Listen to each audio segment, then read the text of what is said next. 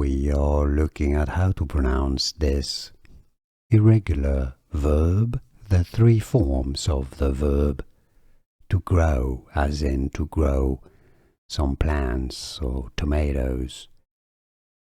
The past tense or simple past simple is grew, as in the potatoes grew really well last winter.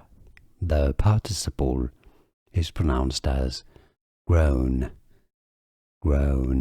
as in I have grown some basil in my garden.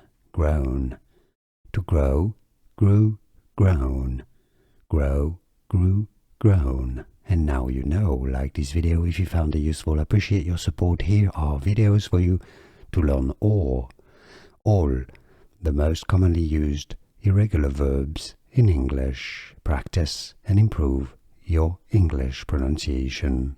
I'll see you there. Thanks for watching.